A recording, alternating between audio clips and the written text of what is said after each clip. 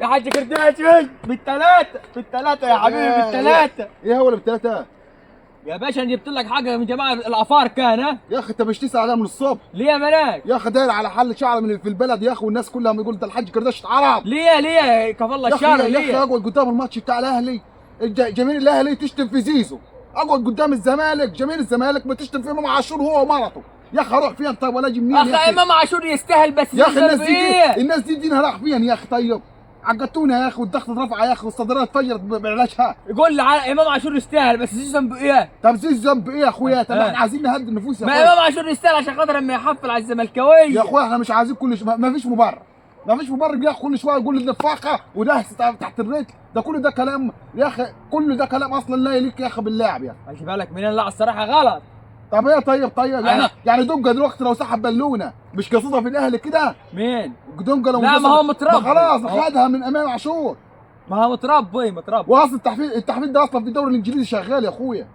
لا الصراحه احنا عايزين وقت، عايزين نهدي النفوس وعايزين اللعيبه تهدى هي والجماهير يا اخي. لا خلاص، لا والله المفروض غلط يعني. واحد ساعة ربنا لو واحد مكان الجمهور يا اخي اسمع يا اخي، اقعد قدام الزمالك كده ماتش الزمالك الاقي المدرجات وعلو صوت، حتى المعلق مش قادر يتكلم، وهتافات يا اخي شغال على امام عاشور هو ومرته. لا يا اخويا الناس دي منها شهر. مفيش حد يستعمل اي حد من الجمهور دوت، ما قدرش يستعمل. ولا اقعد قدام ماتش الاهلي الاقي برضه نفس النظام على زيزو. بس افهمك حاجه، ده جمهور ما تقدرش تسكت، ده جمهور يا اخويا. الناس دي دينها راح فين؟ مين؟ دينها راح فين؟ لا اله في النازل. مين؟ في النازل. طب لا اله الا الله، خلينا ننزل بالمره. احنا نروح لكل واحد هنقول له شو دينك ومش دينك. طب خلاص يا اخويا، خلاص يا اخويا ما تحرقش دم بس انت نسيت تحفل عليك النهارده. ده حافل على نفسك، ده ماتش كده ملوش لازمه، هجي لك تاني انا. يا ود انا جبت لك حقك، خد يا باي. كان نفسي تخسر النهارده عشان لا تعايرني ولا عايرك بالهم طايلني وطايلك. يا باشا ده مش هتحصل خالص.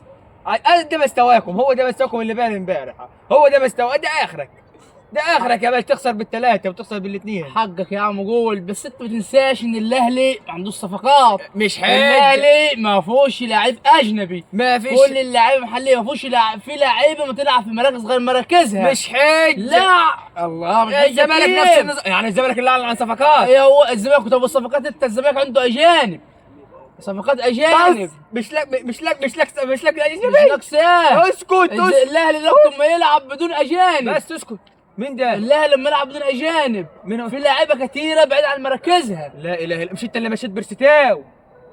يعني هو برستاو اللهم صل على النبي كان يفوزنا؟ لا احنا عايزين صفقات، زي ما احنا عايزين نجيب صفقات العالميه يا باشا. ما شاء الله على النبي. زي ما انت ما عندكش صفقات انا ما عنديش صفقات. انت العب وفوز وانا بلعب وافوز.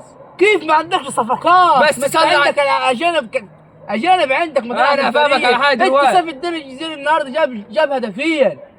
طب اما اقول لك ايه يا حاج، ايوه طول ما فيها صفقه الصفا انا ماشي. صفقه الصفا اهو، ما حد يقول لكم الحال عدله تتعاقدوا وتمشوا.